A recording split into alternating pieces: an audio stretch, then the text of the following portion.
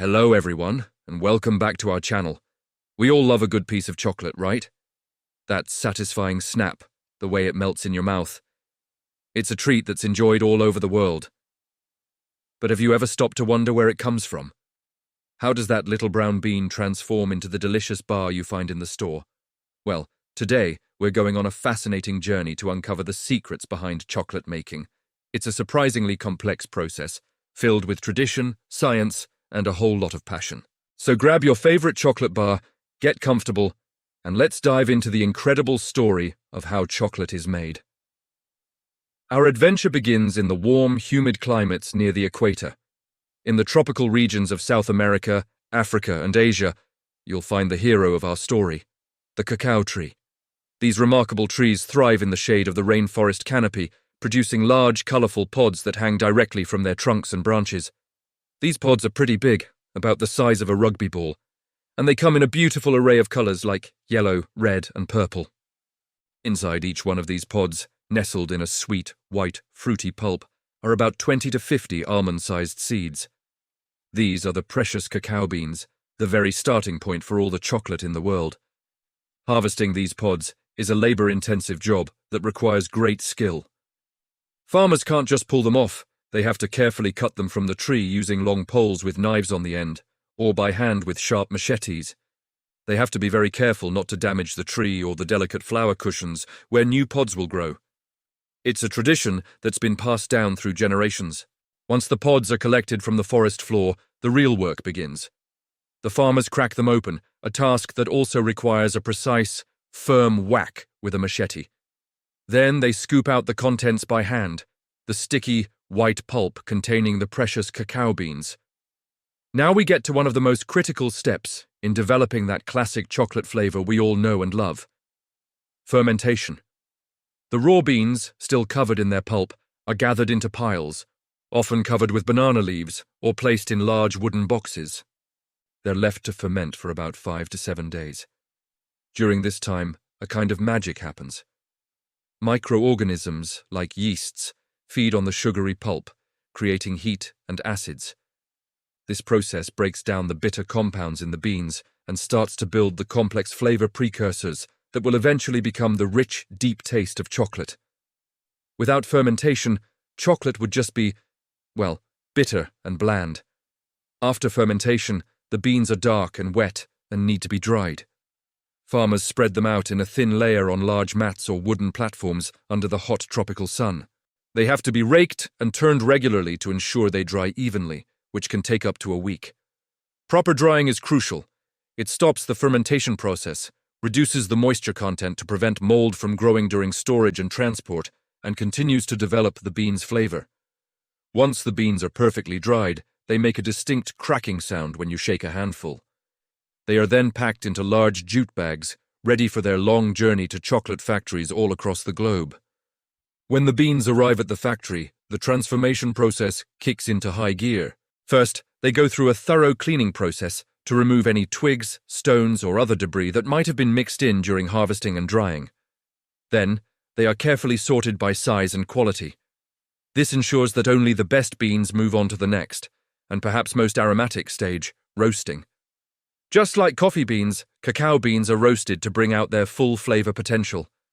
The beans are tumbled inside large, rotating drums and heated to very specific temperatures. The roasting time and temperature are meticulously controlled by the chocolate maker, as even a small variation can dramatically change the final taste of the chocolate.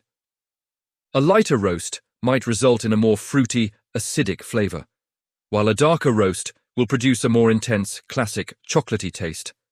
The whole factory fills with an incredible aroma during this stage. Once the beans are perfectly roasted, they need to be separated from their outer shells. They are sent to a machine called a winnower, which cracks the beans, and then uses a system of sieves and fans to blow away the light, papery shells or husks. What's left behind are the broken pieces of the inner bean, known as cacao nibs. These nibs are the pure essence of chocolate. They're crunchy, intensely flavorful, and a superfood in their own right. You can actually eat them just like this, but to make smooth chocolate, they have another journey to go on. The next step is grinding. The cacao nibs are put into powerful mills that grind them down with immense pressure and friction. This process generates heat, which melts the cocoa butter within the nibs. The result is a thick, dark, gritty paste called cocoa mass, or more commonly, chocolate liquor. It is a bit of a confusing name because there is no alcohol in it at all. This chocolate liquor is the fundamental ingredient for all chocolate. In its pure, unsweetened form, it's intensely bitter, but it contains both cocoa solids and cocoa butter, the two key components of chocolate. Now the chocolate maker's artistry really comes into play. The pure chocolate liquor is ready to be transformed into the different types of chocolate we enjoy. To make dark chocolate, sugar is added to the liquor. For milk chocolate, both sugar and milk powder are mixed in. And for white chocolate, the cocoa solids are separated from the chocolate liquor, leaving just the cocoa butter, which is then blended with sugar and milk powder. The exact proportions of these ingredients are often a closely guarded secret, defining a brand's signature flavor. These ingredients are then poured into huge machines called conches. Conching is a process of continuous mixing, grinding, and aerating the chocolate mixture. The mixture is churned and stirred by large rollers for hours, sometimes even for days. This crucial step further refines the particles of sugar and cocoa, creating an incredibly smooth, silky texture. It also helps to develop more complex flavors by driving off any remaining harsh, acidic notes from fermentation. The longer the conching time, the smoother and more refined the final chocolate will be. After conching, the chocolate is smooth and delicious, but it's not quite ready yet. It needs to go through a process called tempering. Tempering is a carefully controlled cycle of heating and cooling the chocolate. This process aligns the crystals of the cocoa butter into a stable form. It's what gives a finished chocolate bar its beautiful glossy shine, its satisfying snap when you break a piece, and its smooth texture that melts perfectly in your mouth. If chocolate isn't tempered correctly, it can look dull, feel grainy, and melt too easily in your hands. It's a delicate science that requires precision and patience. Finally, the smooth, glossy, tempered chocolate is ready to become a bar.